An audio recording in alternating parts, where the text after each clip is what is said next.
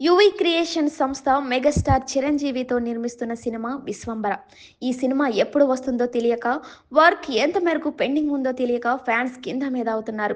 విశ్వంబర సంగతేమిటి? విశ్వంబర ఎప్పుడు వస్తుంది అన్నవి వారిని కంటిన్యూగా వెంటాడుతున్న ప్రశ్నలు.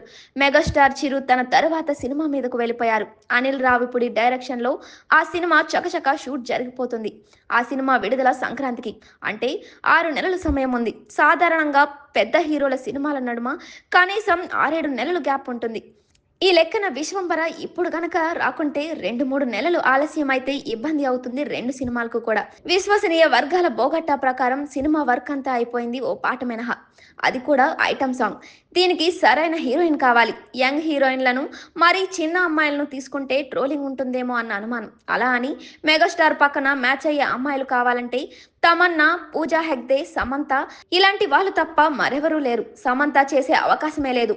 తమన్నా చాలా ఐటమ్ సాంగ్ చేసేసింది. పూజాను తీసుకోవాలా లేక వేరే వాళ్ళని తీసుకోవాలా అన్న డెసిషన్లు జరుగుతున్నాయి. ఇదిలా ఉంటే ఈ సినిమాకు సిజీ పనులు కీలకం. ఆరంభంలో వదిలిన గ్లిప్స్ విషయంలో సీజీ క్వాలిటీకు గట్టి ట్రోలింగ్ వచ్చింది. అందువల్ల సినిమా సీజీల విషయంలో చాలా జాగ్రత్తలు తీసుకుంటున్నారు. జూన్ తొలి వారంలో సీజీలు వస్తున్నాయనుకున్నారు, రాలేదు.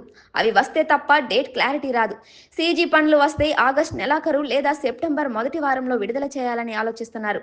దసరాకు ఓసీ గనక ఏ కారణం చేత అయినా రాకపోతే ఆ డేట్ తీసుకోవాలని భావిస్తున్నారు. ఇదిలా ఉంటే సినిమా ఓటీటీని అమెజాన్కు, శాటిలైట్ను జీకి విక్రయించినట్లు తెలుస్తోంది. కానీ రేటు అన్నది క్లారిటీ లేదు.